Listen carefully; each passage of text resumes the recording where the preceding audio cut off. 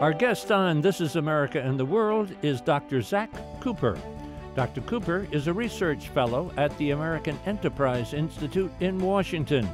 Formerly, Dr. Cooper was the senior fellow for Asian security at the Center for Strategic and International Studies. He's also served on the staffs of the National Security Council at the White House and at the Department of Defense. Shall I say Zack or shall I say doctor? Zack is great. Zack is great, but it is a Ph.D. from Princeton, so you are expert in Asia. We want to talk about Asia today. And it's kind of interesting that you are, your area of interest is our alliances from a defense point of view, a partner point of view. But when it comes to China, it's competition, strategic competition. Let's talk about China. What a story over the last, well, bazillion years, but the last 30 years. It's a complex story, amazing story. Just off the top of your head, start talking about China. Well, I think we've seen just an incredible story of growth. You're right. Over the last 3 or 4 decades, China started out as a developing country way behind the rest of the world, and now the #2 economy in the world, and, forecast in just a couple of years potentially to surpass the United States, at least in the size of its gross domestic product.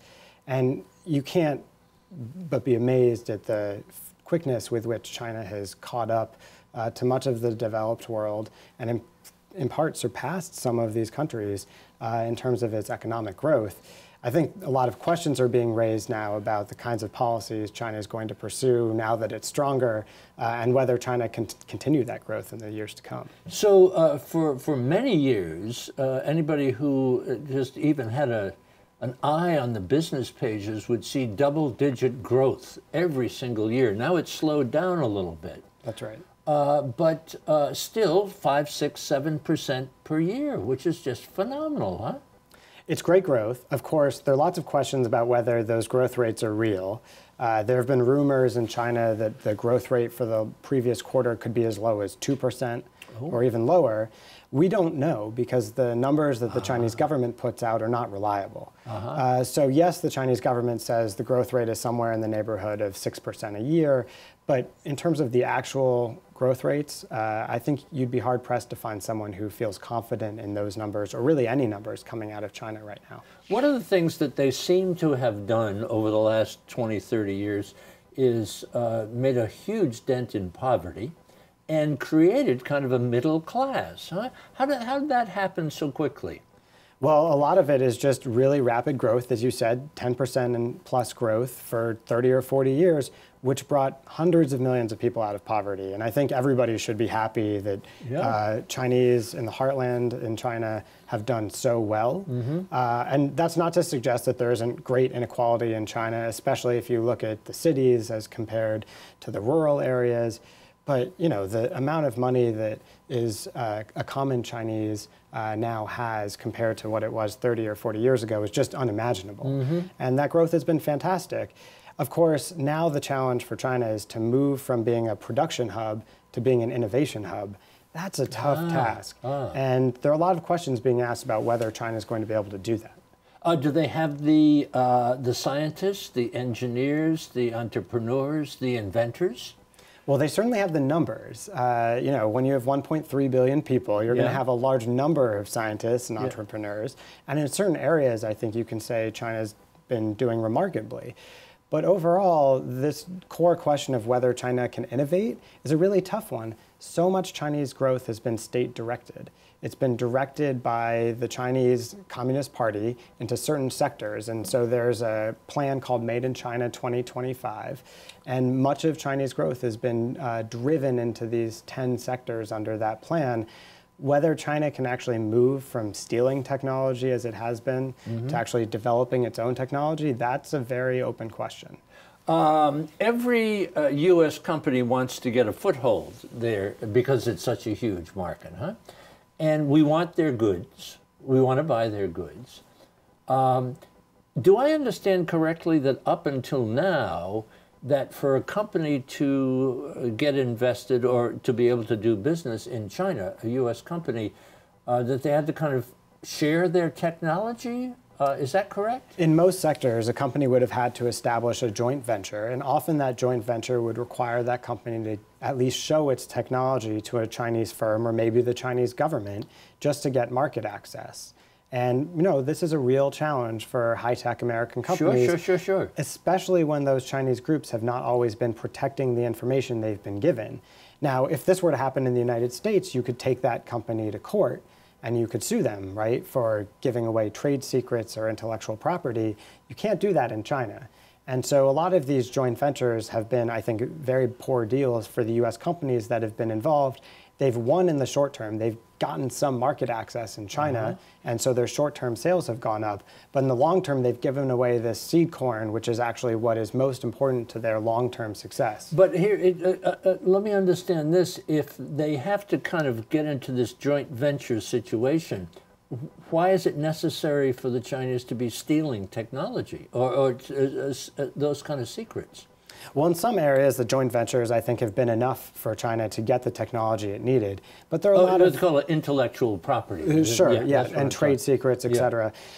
In other areas, however, companies have been unwilling to enter joint ventures because they know their intellectual property is so important. And so in those, we have now dozens and dozens of cases where the Chinese government has stolen technology and given it away to Chinese businesses. Even though those companies, U.S. companies, are not interested in going there, right? Exactly. Or they're boxed out in a way. Yeah. And this is something that the United States does not do. The U.S. intelligence community does not collect intelligence information on what we would call economic espionage, and then give it to American companies so that they can have an advantage.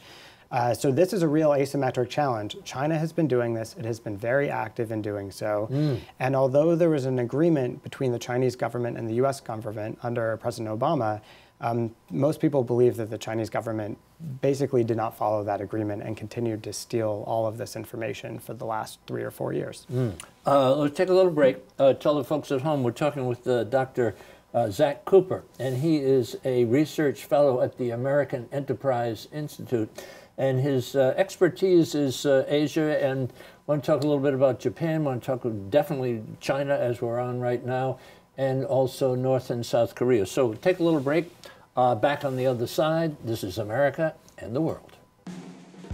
This is America and the World is brought to you by Japan, history, hospitality, and advanced technology, sharing tomorrow. The Republic of Haiti. The League of Arab States.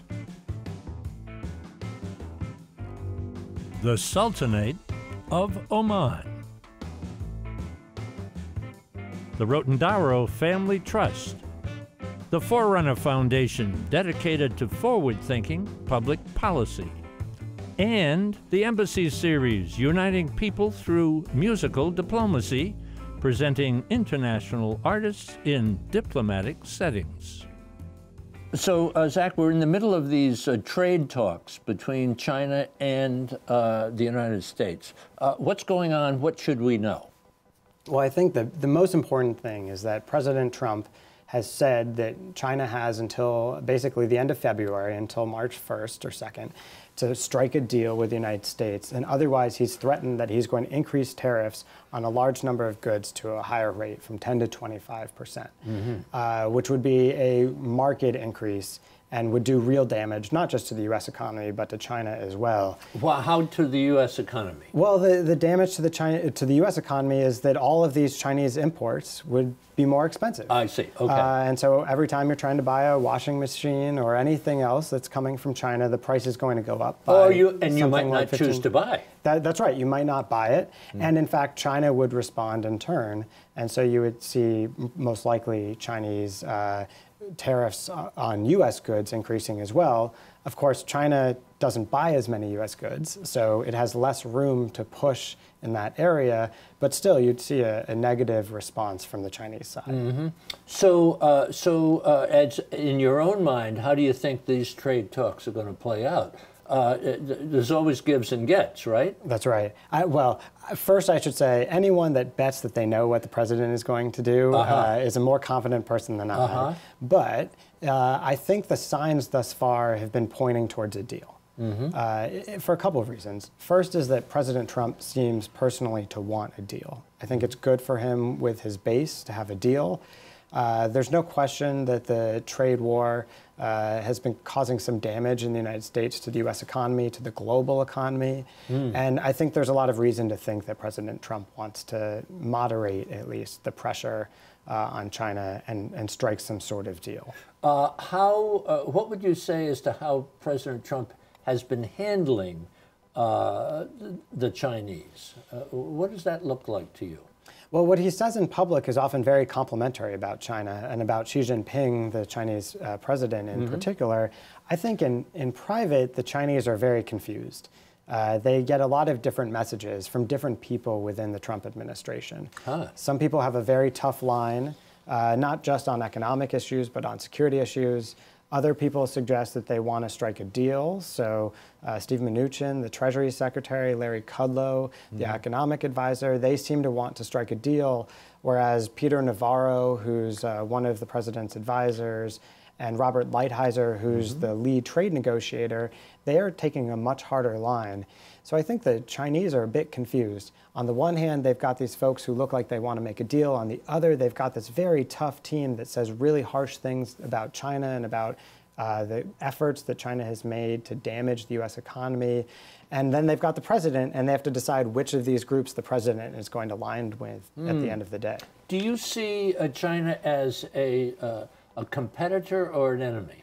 I would say competitor. But you should remember that that's shifted very rapidly in Washington. So just a few years ago, President Obama said that the U.S. government shouldn't use the word competitor to refer to China. His White House sent out that word. And now I think competitor is the potentially the nicest word that you hear anyone in Washington use to refer to China. Often you'll hear people say adversary or enemy. I don't think we've gotten there yet because China could still change in some ways. But under Xi Jinping, the Chinese president, we've seen a much more authoritarian China, a China that's been more hardline internally and more closed to the outside world. And it's hard to imagine that being a full partner of the United States these days. You know, going back to something you said a little earlier about wondering whether they had the capacity to innovate, or if they had innovators there. Are you talking about kind of like inventing goods or coming up with brand new ideas, creating something out of nothing? Is that what you're talking about? Well, I think we're talking about moving up the value chain. So there's no question that China can make huge numbers of goods, even high-tech goods. But you know, take iPhones. Right? China isn't inventing the elements of the iPhone. They're building the iPhone and they're putting the components together. But for China to really move up the value chain, they're going to have to be able to innovate and build the systems themselves. And rather than copying the systems from other countries, they're going to have have indigenous innovation. The Chinese have known this for decades, but it's been much harder, I think, than some people thought in Beijing to actually stimulate that kind of innovation. One benefit that the United States has and that some of the European and the Japanese economies have is that they have long histories of driving innovative growth. And it's really hard. And so the Chinese are struggling, I think, a bit to figure out how do you move from stealing technology to making it yourself, and to move from building products to actually coming up with the ideas for those products. I don't know if I'm going to ask this question with the right words, but I kind of in the back of my mind, in America, we're kind of like the individual, you know, we're individualistic, and, you know, if you have an idea and you work hard and you got a modicum of talent and, you know, you can kind of get certain places. I kind of see that for China as rather than the individual, it's the country the country is the person. Am I on the right track there? I think there's a lot of truth to that. You know, what we're seeing in the Chinese... Like the whole country has to keep moving. That's right. And that's definitely the view that the Chinese Communist Party wants to put out there, is that the country is going to sink or swim together and that Chinese need to band together. Of course, you know, one of the challenges for China is that the country is helping some businesses, state-owned enterprises, and actually that those state-owned enterprises are the ones supported by the government, are not the ones that necessarily are going to be driving this kind of innovation. Okay. The innovation is going to come out, in many cases, out of private companies that have more of an incentive to innovate, that are going to take bigger risks. And yet the system, the Chinese system, I think is built towards helping those state-owned enterprises. And so one of the things that a lot of Americans have been saying is China needs to change structurally if it's going to innovate. But there's a big question. Is that an unrealistic expectation on the part of people in the United States? I mean, they are who they are. They're not us. That may be right. And this is one of the big responses you hear from Chinese friends, is that people like Robert Lighthizer and Peter Navarro, who are pushing China to get rid of this state-led development model, they don't understand China, and that China isn't going to do this. Of course... but that's a huge statement you've just said. And look, we don't know which one of these arguments is right. I think the reality is that we're going to see a trade deal here likely in the next month, and it's not going to involve dramatic changes to the Chinese economy. Yeah, but we've got something on the table now that's really kind of interesting. So let's suspend our conversation about innovation and technology and businesses. From your point of view, you know, as a student, research fellow, tell me 2 or 3 things about the Chinese or about China that I don't know. What would you say? You know, like culturally, spiritually, socially, what's going on there? Well, I focus a lot on security issues, so I think a lot of my focus would be on those issues. I would say a couple things. First, the China we've seen recently looks a bit different than the China we saw even 5, 10, 20 years ago. And so I think one thing we have to keep in mind is that China is changing very rapidly. And some people will tell you that they know exactly where China is headed. My view is I don't think the Chinese know quite where they're headed. And if we look back at the history of rising powers, often those powers change dramatically as they rise. The United States certainly did. And so I think we should expect the China that we are dealing with in 5 or 10 years to be very different than the China we have today. Whoa.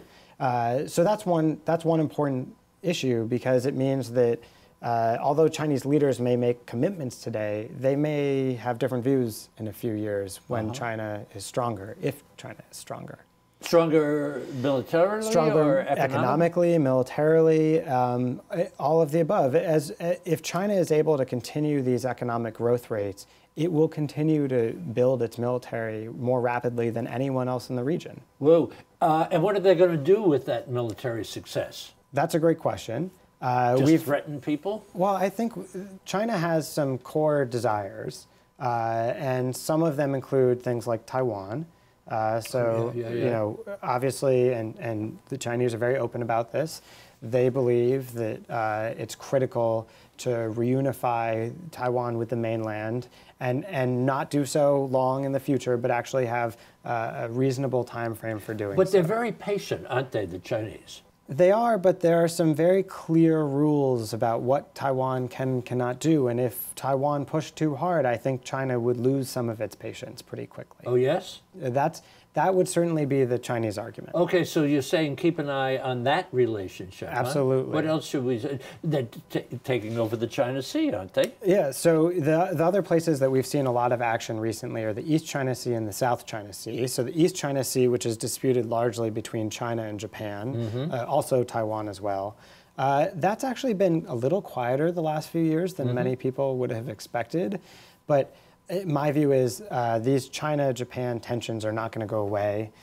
They're historically based. They go back 100 years. And so they're not easily going to be managed. And as the United States is a treaty ally of Japan, that is something that as an American we have to pay continued attention to. Right before we started our conversation for the program, you told me you just returned from Japan. What's the thinking there? I think there's a lot of concern in Japan. One of the great things for Japan is that Prime Minister Abe has a good relationship with President Trump. Yep. And he's maybe one of the only real world leaders of a democracy to have that kind of positive relationship. But the Japanese are also worried that at some point this positive relationship won't be able to solve all their problems. So there's a trade tension between the United States and Japan that is getting tougher and tougher. What's that all about? Well, the United States is pushing Japan to make a number of concessions, and the Japanese feel they already have made a lot of these concessions when they were in the Trans-Pacific Partnership talks just a few years ago. And so there's some real tension between the two countries over trade, especially the administration is threatening to use tariffs on autos as a threat to force Japan to come to the table and make bigger concessions. That's a heavy hand that the president is playing there, huh? That's right. Because they are an incredibly important ally, huh? You could make the argument that they're the most important ally, certainly in Asia, but maybe even of any single ally around the world of the United States. Yeah. How about North and South Korea? Because I know that's an area that you have expertise in. And we've got a Trump-Kim summit on the horizon. What do you think about that? Well, one of the really interesting things about this month is that in February, it's possible that we're going to see twin summits. I think you could see a Trump-Kim summit with the North Koreans. You could see a Trump-Xi summit with the Chinese. Yeah, what's that all about? Tell me about that. Where would that happen, or how would that happen? So I think the Trump-Xi summit could be in Beijing. It could be elsewhere. The Trump-Kim summit, it will be in Vietnam. And on both issues, the president is in a slightly different place from his advisors. So on Trump and Kim, I think you see a president who wants to make a deal with North Korea, even if that deal maybe isn't so good as some of his advisors would like. For example? For example, many of us would like to see the North Koreans actually give up something tangible before the United States comes back to the table and makes an actual agreement to have a Trump-Kim meeting, because the U.S. president meeting a foreign leader is a big deal, and we should have a deliverable promised for the event. In the first summit in Singapore, you'll remember that President Trump met Premier Kim, Chairman Kim, without having an actual agreement in place. And I think that was a mistake, and I think there's some danger that the president's going to do the same thing again here. And talk a little bit about President Trump sitting down with President Xi. That would be amazing. Well, some of the same concerns. I think President Trump wants to make a deal with the Chinese that will address at least some of these trade concerns that we were talking about earlier. Many of his advisors are concerned. They don't think that there's a sufficient deal in place to address the structural problems in the Chinese economy. But again, at the end of the day, if President Trump wants to make a deal, then he's going to make a deal. So I think we're heading into two potential summits where you could see a bit of a divide between the president and the rest of the administration, both in Asia towards the end of the month.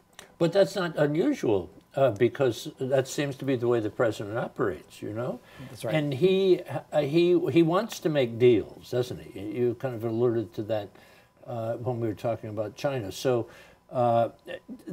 will the trade talks depend upon that summit? You mean like some kind of a resolution there? Well, I think at the end of the day, the North Koreans and the Chinese know that the deal they need is a deal that the president signs off on. And it's great to have these other advisors in the administration, Secretary Pompeo, Robert Lighthizer and others agree to some sort of deal. But at the end of the day, the president is the one they need to get on board. And so I think you're seeing both sides, the North Koreans and the Chinese, go directly to the president when they think they need to change a decision. So this is part of why, in my view, you see the North Koreans sending letters directly to the president, cutting out his advisors. Right. And it's why you often hear about various Chinese leaders, especially Xi Jinping, going and talking with President Trump directly. They want to make sure that he's going to make the deal that they want, not the deal that his advisors have suggested he might be willing to make. Just about a minute left in the program. We're already, for better or worse, into a 2020 election cycle. What should folks who are listening to our conversation, taking advantage of your expertise, from a foreign policy point of view, what should they be focused on when they're listening to candidates? Well, I'm biased. I work on Asia. I think the most important thing is that we get the U.S. stance on China right, and that we work with our allies in doing so. The best news I can give you is that there's only one foreign policy issue in Washington that is not a partisan issue, and that is China. Somehow we've managed to keep this consensus about U.S.-China policy together, and it's a changing consensus. Certainly the mood here in Washington, I think in New York and elsewhere, is changing, but the really good news is that if you go on Capitol Hill and you ask Republicans and Democrats about their views on China, you're going to find they're in remarkable agreement. So I think the real thing to watch is to make sure that our debate heading into 2020 is a focused one on trying to fix U.S. policy in Asia, work closely with allies and partners, and finally get our China policy right. Thank you. Thank you, Zack. Thank you so much. Thank you for the education. Great to be on. For information about This Is America in the World, visit our website, thisisamerica.net, or our YouTube channel, This Is America TV, and follow us on Facebook and Twitter. You can listen to all of our ambassador interviews on our podcast, The Ambassador Series. It's available on our website and iTunes. This Is America and the World is brought to you by the Republic of Haiti, the League of Arab States, the Sultanate of Oman, the Rotendaro Family Trust, the Forerunner Foundation, dedicated to forward-thinking public policy, and the Embassy Series, uniting people through musical diplomacy, presenting international artists in diplomatic settings.